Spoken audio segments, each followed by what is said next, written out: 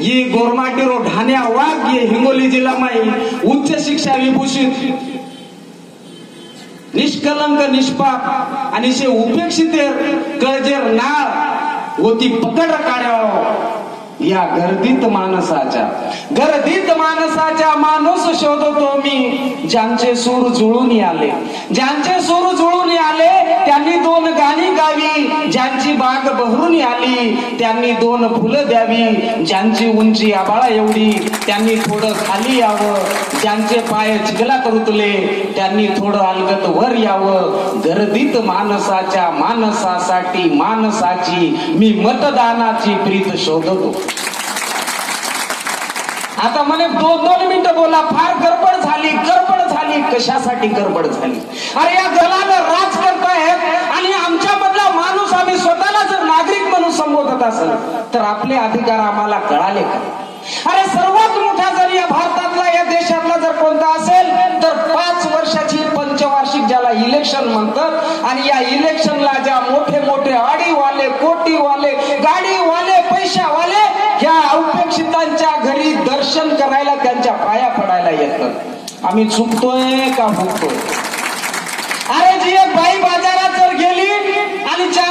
1 रुपयाची जर कोथिंबीरची जर जुडी घेत असेल तर 3 ठिकाणी 3 दुकानं बघते की मामा त्या ठिकाणी 12 आहे, या ठिकाणी 8 आहे, या कोथिंबीरचा वासच येत नाही. ही मला नको. जी मायामाऊली जी घर बघते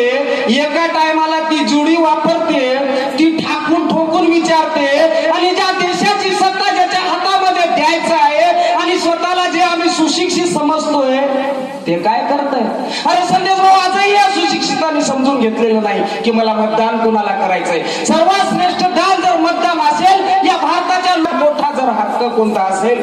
आणि याच्यामधला आम्ही संसदेला आम्हाला हेच कळालं नाही खासदाराचं काम कोणतं आहे. मग आमच्या मतदारांनी आता गावोगावी सगळे उमेदवार आणि त्याचे चेले चपाटे ह्या माणसाला मतदान करा म्हणून येतात. पण छातीवर हात ठेवून सांगा की जो स्वतःला नागरिक म्हणून समजतो, ज्या सार्वभौमाची शपथ घेतो, त्या नागरिकांनी आलेल्या त्या उमेदवाराला विचारलंय काय? बाबा तुझं शिक्षण किती रे? तुझं शील काय रे? तुझा जाहीरनामा काय रे? तू केलास काय रे? करणार काय होतास काय रे? आणि ज्या वेळेस आमच्या गावावर, आमच्या तांड्यावर, आमच्या वाड्यावर संकट होते रे, तेव्हा तुझं संघटन कौशल्य असलेलं तुझं आपुलकीचं नातं कुठं होतं रे? आज जिव्हाळा माया ममता प्रेम हे कुठून उसळून आले? जर या देशाच्या छताडावर बसून आमच्या छातीवर जर तुला पाय ठेवून यायचं असेल तर तुझं व्यक्तिमत्व आणि तुझं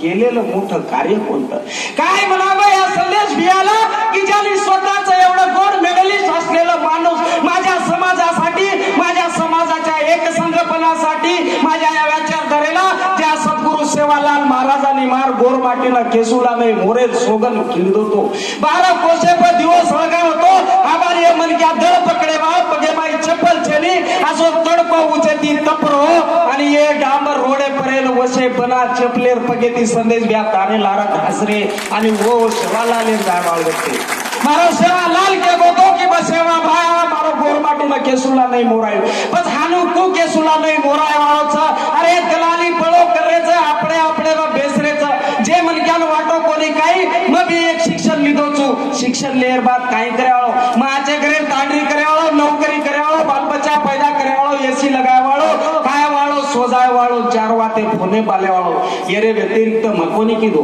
पण एक सुशिक्षित मन क्या है गोरमाटी रे फलोत्या में जन्मो जको जे पेडिया में जन्मो छु वो समाज मन काही देर चकरनी संदेश भिया आवडी बोलो इकॉनॉमिक गोल्ड मेडलिस्ट एक विचार काही कीधो. अरे मैं वाया कोनी करू, बाल बच्चा कोनी पैदा करू, घर कोनी बांधू, रुपया कोनी जमा करू, पण माना जे बात कळी मारे समाजे न म समजावू एके जाग लेओ. अरे हम भावकी लड़ रेचा पामळ लड़ रेचा एक दूसरे ती दूर जा रेचा हम कना आया आवडीक बात विचार करन ये विचारे न विचार देल वो हवालो ढाण्या अरुण भिया वाघ जे आंगाडी प्रस्तावना कीधो दूसरो बना वायारो सोगन खान असे 11,000. अरे 11,000 जर लग्न पुळो जर छोरा रो घरे 12 लोगो तो बाप पेरो कळजो फडफड करच की मारो छोरा जरी डुप्लिकेट देतो कतगो वो याडी रो कळजो काही करोवे जे बेटा ओरे तांडरी सारू सतारो कळजो काढन 12 जावचा जनावर ठोकर लाग जाव जनावर और याडी वन कचक बेटा तोर काही लागो काही रे आवडा मोठो कळजो रेवाळ माया ममता प्रेम जिवाळाला याडी आवडा बोलो संदेश ब्या नामेरो घरे मायरो मोठो छोरा समाजे दान देला को पण तुम्हारे समाजे गोरमाटी आजकाल कसा देश दीत काही अरे चेला चपाटा तर जिंदगी बाई कराय गोरमाटी कोणी तर काय अरे कुळसो पक्ष केला तिकीट दिलो अरे ये बन के आज जरा 18 वर्ष दिए समाज में कोई पार्टी को निकाले कोई तलवार काढ़े कोई कोयता काढ़े ये माटी न कोई गच्ची पकड़े भी है कोई विचारे थी आपको बना तो अरे आज वाट छूट जाए सवार छूट जाए पर राती रो भूलो भुलायो सांजर घोटो आओ तो भूलो भुलायो के नहीं वो संदेश भी 18 बरस करता करता ये महाराष्ट्र रे 6,500 तांडे भाई मारे समाज ने एक करे प्रयत्न की दो अरे उपोषण करल काही वेळ नाही मोर्चा काढल काही वेळ नाही आता सत्ता व्यवस्था जर बदले तो राजकारण शेती मोर्चा बिछा आणि उधून तो संदेश द्या उतरत पण हमारे भाई बिचौलिया दलाल जे कचा जे स्वतःला राजकारणी संबोधन कचा वो लोग काही करे लाख की अधूरी दलाली बगानी पडगी अधूरी दुकाने बंद पडगी जरा तांडे तांडे माई चारदी कोपरा जे दलाल उडेचा वो कचा की एके जाते ती निवडन आवाज काही लाड बेडन पावेले करती तो हवालू माटी जे एक विशिष्ट जाते विषय को की ಒಂದು लोकसंख्या कतरी व्यक्ति जर हमें भारतीय में जब 13 कोटी रहते हैं महाराष्ट्र में 1 से 1.5 कोटी रहते हैं एकले हिंगोली जिला में जर कैलकुलेशन जर की दे तो एक जर 3-3.5 लाख जर हमारो गोरमाटी समाज रहतो बेन 28 लोक जर ये इलेक्शन में जर उभर दिवे तो गरुड सर मला सांगण्याचं एक महत्त्वाची जी गोष्ट असते की या प्रशासनाच्या प्रस्थापितांच्या विरुद्ध का बोलायचंय कारण सर्व लोक जे स्वतः मेहनत करून उन्हाळा पावसाळा हिवाळा स्वतःचा घाम गाळून कपाळाचा घाम या काळ्या आईच्या पोटांमध्ये मेहनतीने टाकून त्याच्यामधून अन्न पिकून या इथच्या सर्वांचं पोट भरणारा माझा शेतकरी काय म्हणतो तूट असेल तर लूट असावे मुबलक असेल तर हाराशी मग आम्हाला फिक्सेशन दिलंय काय आतापासून 1952 पासून हे लोकसभा चालते परंतु एकाने बी शेतकऱ्यांच्या विषयी कधी विचार केलाय काय अरे जे मुठभर धान्याचे हजारो दाणे करते शेतकरी त्याच्या घराला छत नाही आणि जे 100 किलोचं 5 किलो मध्ये रूपांतर करते लोखंडाचा कारखानदार त्याच्या छतावर छत चालतात जर एक हरभऱ्याचं उदाहरण घ्या मला आवर्जून मी सांगतोय माझी पोटतेड काय मी खास बोलण्यासाठी आलोय कारण हा परिवर्तनाची लाट आहे उपेक्षिताची लाट आहे संदेश भाऊ तो उच चढे फळ जोरेती चालूच मन मालमचे एवढी कायच पण मला कळजो फडफड करोच कारण मग केलायचो इथच्या बाहेरच्या ऐकणाऱ्या बुद्धिजीवांना माझं सांगायचं आहे हे तुमचं सर्वात मोठं सण आहे आणि या सणातला जर तुमचा अधिकार असेल या लोकशाही मधला माझं मतदान आहे मग हा मतदान कुणाला द्यायला पाहिजे होता अरे संसदेमध्ये इंग्लिश बोलल्या जातात मॅट्रिक नापास माणसाची आवश्यकता नसते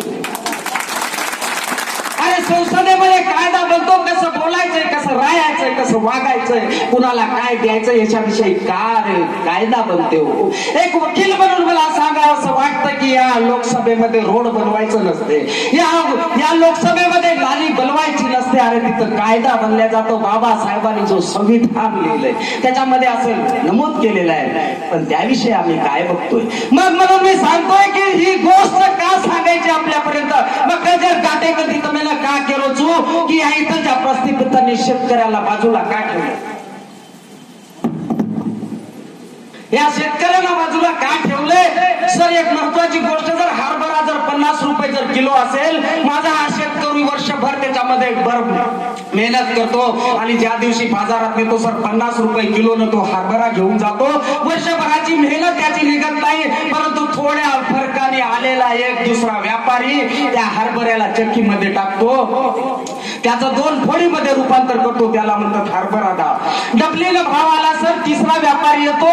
ती डाळ त्या चक्कीमध्ये टाकतो त्याला म्हणतात बेसन भाव वाढलाय एका ठिकाणी दुपटीने किंमत वाढतो आणि चौथा व्यापारी येतो की ती बेसन भिजवतो कांदे टाकतो तेलामध्ये काढतो प्रक्रिया करतो आणि 200 रुपये किलोनी ज्या शेतकऱ्याने विकलं त्याच्या हातावर ठेवतो अरे मी 50 किलो जरी घेतलं तरी तो भाव कमी करत नाही चहाचं उदाहरण घ्या संदेश भाऊ,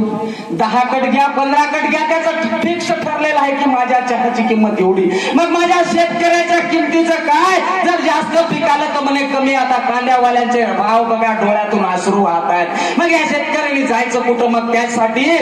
असा माणूस जर संसदेमध्ये कायदा करणारा, छाती ठोकपणे सडेतोड इंग्लिश मध्ये बोलणारा, इंग्लिश समजून घेणारा, येणाऱ्या 18 तारखेला ही जो रामनवमी रो धनस सेवा भयांदर केसुला ने मोराओ. अरे अतराती काय कर सकानी मारे एक गाड़ी तुम्हार बेनेन फोन करो, तुम्हार नंडेन फोन करो, तुम्हार ससरेन फोन करो, तुम्हार साड़मावन फोन करो. एक बाई काही कर सकत मालम सकाय. जर आपण हिंगोली